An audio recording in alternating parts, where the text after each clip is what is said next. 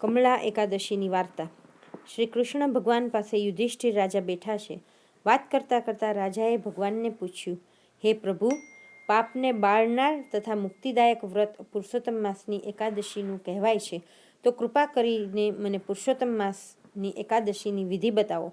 તેમજ વ્રતમાં કોનું પૂજન કરવું, વ્રત ફળ શું આપે તે પણ જણાવો. આ સાંભળી શ્રી કૃષ્ણ ભગવાને કહ્યું, હે રાજન, પુરુષોત્તમ માસના શુક્લ પક્ષ અને કૃષ્ણ પક્ષની એકાદશીને કમલા એકાદશી કહે છે. આ એકાદશી તે સર્વ તિથિઓમાં શ્રેષ્ઠ છે અને તે સુખ સંપત્તિ દેનારી છે. આ વ્રત કરનારને પ્રાતઃકાળે ઉઠી પ્રથમ પુરુષોત્તમ ભગવાનનું સ્મરણ કરવું અને વિધિથી સ્નાન પૂજન કરી નિયમ ધરવા. આ પવિત્ર એકાદશીના દિવસે ઘરમાં જપ કરવાથી અનેક ગણું ફળ મળે. નદીએ જઈ જપ કરવાથી 10 ગણું ફળ મળે. ગોશાળામાં બેસીને જપ કરવાથી 100 ગણું ફળ મળે. અગ્નિહોત્રીના ઘરમાં જપ કરવાથી 1000 ગણું ફળ મળે અને ભગવાન વિષ્ણુની સમીપ જપ કરવાથી અનંત ફળ મળે છે. યુધિષ્ઠિર રાજાએ કમલા એકાદશીના વ્રતની વિધિ બરાબર સાંભળી પછી કહ્યું, ભગવાન, હવે મને વ્રતની કથા સંભળાવો. શ્રી કૃષ્ણ ભગવાને કહ્યું, સાંભળો રાજન. પૂર્વે ઉજ્જૈની નગરીમાં શિવપ્રસાદ નામે એક પવિત્ર બ્રાહ્મણ રહેતો હતો. તેને 5 દીકરા હતા. તેઓમાં સૌથી નાનો દીકરો હતો તે સ્વભાવે દુષ્ટ હતો. વારંવાર ઘરનાને રંજાડતો. તેથી બ્રાહ્મણે તેને ઘરમાંથી કાઢી મૂક્યો હતો. તેના દુષ્ટ સ્વભાવને લઈ તેને કોઈ જગ્યાએ આશ્રય મળ્યો નહીં, એટલે થાકીને નજીક આવેલા જંગલમાં એક ઝૂંપડી બાંધીને રહ્યો. આ રીતે પોતાના પાપ કર્મનું ફળ ભોગવી દુઃખમાં દિવસો વિતાવવા લાગ્યો. બ્રાહ્મણ પુત્રે આવી રીતે 6 મહિના તો પસાર કરી નાખ્યા. હવે આ સ્થળે તેને ગોઠતું ન હતું, તેથી તે જંગલમાંથી પ્રયાગરાજ ભણી ચાલી નીકળ્યો. ઘણા દિવસો બાદ તે પ્રયાગરાજમાં ત્રિવેણીના તીરે આવી પહોંચ્યો. ચાલી ચાલીને તે ખૂબ જ થાકી ગયો, એટલે તે ત્યાં એક ઝાડ નીચે આરામ કરી ત્રિવેણીમાં સ્નાન કર્યું. પરંતુ દિવસભર તેણે કશું ખાવા મળ્યું નહીં. તેથી ક્ષુધાને સંતોષવા તેણે દૂર આવેલા એક આશ્રમ પ્રતિ દ્રષ્ટિ દોડાવી અને ત્યાં પહોંચી ગયો. આ તો હરિમિત્ર ઋષિનો પવિત્ર આશ્રમ હતો. ત્યાં પુરુષોત્તમ માસની કમલા એકાદશીની કથા વંચાતી હતી. તે શ્રવણ કરવા બ્રાહ્મણ પુત્ર બેસી ગયો. કથાના અંતમાં ઋષિએ કહ્યું કે આ કમલા એકાદશીનું વ્રત જો ભાવથી શ્રદ્ધાપૂર્વક કરવામાં આવે તો વ્રત કરનારને મુક્તિ મળે છે. આ સાંભળી બ્રાહ્મણ પુત્રની ભૂખ મરી ગઈ. તેણે એકાદશીનું વ્રત રાખ્યું ને શાંતિ માટે નજીક આવેલા ઝાડ નીચે જઈને બેઠો. આમ નામ રાત પડી ગઈ. બરાબર મધ્યરાત્રિ થતાં લક્ષ્મીજી તેની પાસે આવી કહેવા લાગ્યા, હે વિપ્ર, હું તારા પર પ્રસન્ન થઈ છું. બ્રાહ્મણ પુત્ર જાણે ઝબકીને જાગ્યા હોય તેમ આંખો ચોળીને દેવીને જોવા લાગ્યા, પણ તેને સમજાયું નહીં કે ક્યાં દેવી પધાર્યા છે. તેથી તેને પૂછ્યું, હે દેવી, મને એ બતાવો કે આપ કોણ છો અને શા કારણથી મારા પર પ્રસન્ન થયા છો. લક્ષ્મીજી કહે, કમલા એકાદશીના વ્રતથી હું તારા પર પ્રસન્ન થઈ છું.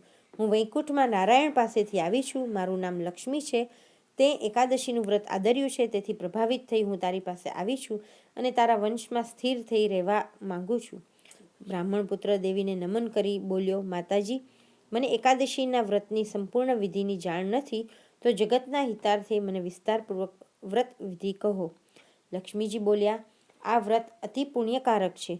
તેની કથા સાંભળવી ઉત્તમ, પવિત્ર અને કલ્યાણકારી છે. જે કોઈ ભાવિક આ કથાનો શ્રદ્ધાપૂર્વક 1 કે અડધો કલાક શ્લોક પાઠ કરે તે અનંત પાપથી મુક્ત થાય છે. જેમ ફૂલમાં કપાસનું ફૂલ ઉત્તમ છે, પક્ષીઓમાં ગરુડ ઉત્તમ છે, નદીઓમાં ગંગા ઉત્તમ છે, માસમાં અધિક માસ ઉત્તમ છે, તેમ તિથિઓમાં એકાદશી ઉત્તમ છે. પંડિતો તે તિથિમાં નારાયણનું પૂજન કરે છે. જો ભાવથી નારાયણનું પૂજન કરવામાં આવે તો બ્રહ્મ દેવતાઓ તેને પૂજે છે. જે કળિયુગમાં નારાયણ પરાયણ છે, હરિનું કીર્તન કરે છે અને હરિ અર્થે જાગરણ કરે છે, તેનો અવતાર ધન્ય છે. એકાદશીમાં ઉપવાસનું મહત્વ વધુ છે, માટે ભાવિક શુક્લ યા કૃષ્ણ પક્ષની ગમે તે એકાદશી હોય પણ ઉપવાસ અવશ્ય કરવો અને નિર્વિઘ્ને વ્રતની સમાપ્તિ થાય તે માટે સૂર્યનારાયણની પ્રાર્થના કરવી. મન ભક્તિમાં તરબોળ રાખવું. રાત્રે પ્રભુ પાસે ગીત ભજનો ગાવા, વાજિંત્રો વગાડવા અને નાચવું અને પુરાણ સાંભળવું.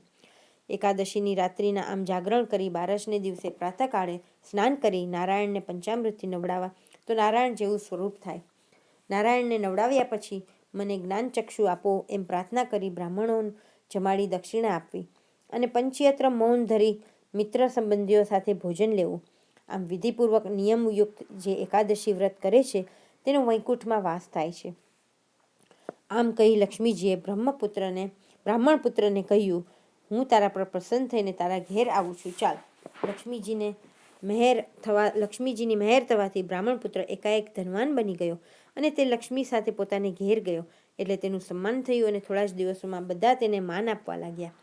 શ્રી કૃષ્ણ ભગવાને કથા પૂર્ણ કરતા કહ્યું, હે રાજન, કમલા એકાદશીનું વ્રત કરે અને કથા વાંચે સાંભળે તે પાપ મુક્ત થાય છે. એકાદશી સંવ્રત નહીં, મહિમા તેનો અપાર. વ્યાધિ ઉપાધિ સહુ ટળે, સુખી અને સંસાર. એકાદશીનું વ્રત સુખ આપે છે. એકાદશીનું વ્રત સંકટ હરે છે. એકાદશીનું વ્રત તંદુરસ્ત રાખે છે. એકાદશીનું વ્રત શાંતિ આપે છે. એકાદશીનો વ્રતનો મહિમા અપાર છે. આ માતમ્ય બ્રહ્માંડ પુરાણમાં લખેલું છે. જય પુરુષોત્તમ ભગવાન. વિષ્ણુ ભગવાન પણ સાંભળતા હતા.